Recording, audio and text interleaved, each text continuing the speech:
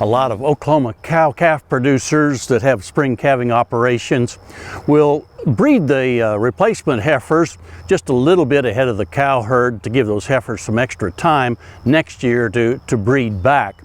That means that the breeding season for the replacement heifers is drawing to a close for many herds.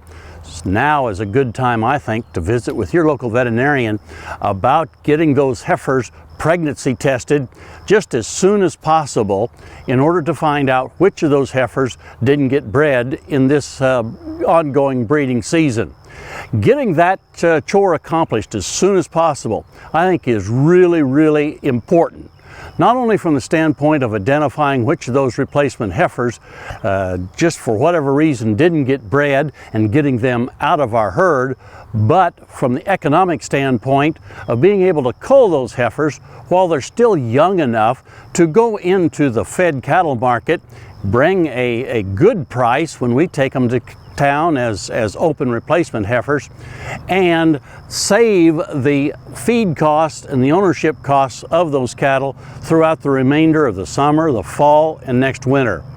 You see, if you do the economics on this, that heifer today, if she weighs about 824 pounds, looking at last week's markets in Oklahoma City, that heifer would bring something like $1,037.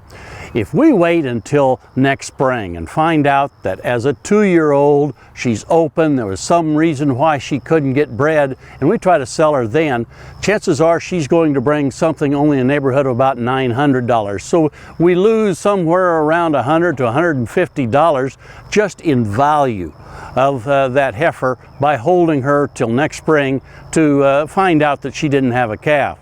Then when you add in the expenses of feed, pasture costs throughout the remainder of the summer and the winter, you can easily add another $200. In some cases it may be 2 to 3 times that, depending upon your operation, and now you can see that there's a rather sizable expense that you have no chance to recoup. One of the other reasons why I think it's very critical that we identify those replacement heifers that didn't get bred in this breeding season. This is the easiest time they have in their entire life to become pregnant.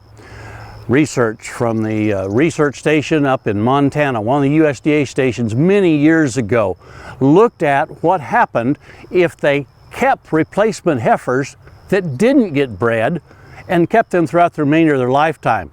You know, those heifers only averaged a 55% calf crop for the time that they spent in the cow herd from there on. That made them a pretty bad bet. So that's why I think it's very important that you go ahead, make the contact with your local veterinarian, schedule a date as soon as they're comfortable with checking your replacement heifers to see which ones got bred this breeding season, which ones are open, and you need to cull them as soon as possible. Hey, we look forward to visiting with you again next week on Sunup's Cow-Calf Corner.